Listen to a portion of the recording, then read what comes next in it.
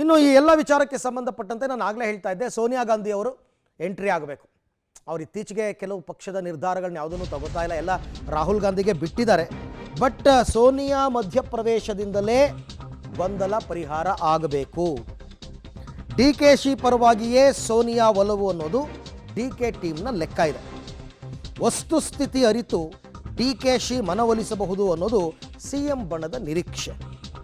Rahul ಮನವೊಲಿಕೆ ಲೆಕ್ಕಾಚಾರದಲ್ಲಿದ್ದ CM ಬಣಕ್ಕೂ ಕೂಡ ಹೊಸ ಆತಂಕ ಶುರುವಾಗಿದೆ. ಸೋನಿಯಾ ಮುಂದೆ ಪಟ್ಟು ಹಿಡಿಯುವ ವಿಚಾರದಲ್ಲೂ ಡಿ ಕೆ ಶಿಗೆ ಧರ್ಮ ಸಂಕಟ. ಯಾಕೆಂದರೆ ಡಿ ಕೆ ಶಿವಕುಮಾರ್ ಹೇಳಿ ಕೇಳಿ ಪಕ್ಷನಿಷ್ಠ, ಅವ್ರನ್ನ ಹೆಂಗಾದರೂ ಮಾಡಿ ಕನ್ವಿನ್ಸ್ ಮಾಡ್ಬೋದು. ಆದರೆ ಅದಕ್ಕೆ ಸೋನಿಯಾ ಗಾಂಧಿ ಅವರೇ ಒಂದು ಮಾತು ಹೇಳಿಬಿಟ್ರೆ, ಆಯಿತು ಬಿಡಪ್ಪ, ಇನ್ನು 2.5 ವರ್ಷ ಅವ್ರು ಏನಿದ್ದಾರೆ ಮುಗಿಸ್ಕೊಂಬಿಡ್ಲಿ, ನೆಕ್ಸ್ಟು 2028ಕ್ಕೆ ನೀನೇ ಸಿ ಎಮ್, 5 ವರ್ಷ ಅಂತ ಏನಾದ್ರು ಭರವಸೆ ಕೊಡ್ತಾರಾ? ಅದಕ್ಕೆ ಡಿ ಕೆ ಶಿವಕುಮಾರ್ ಒಪ್ಕೋತಾರಾ? ಗೊತ್ತಿಲ್ಲ. ಅವರು ಯೋಚನೆ ಮಾಡ್ತಾರೆ ಡಿ ಕೆ ಶಿವಕುಮಾರ್, ಮುಂದಿನ ಸರ್ತಿ ಪಕ್ಷ ಅಧಿಕಾರಕ್ಕೆ ಬರುತ್ತೋ ಇಲ್ವೋ.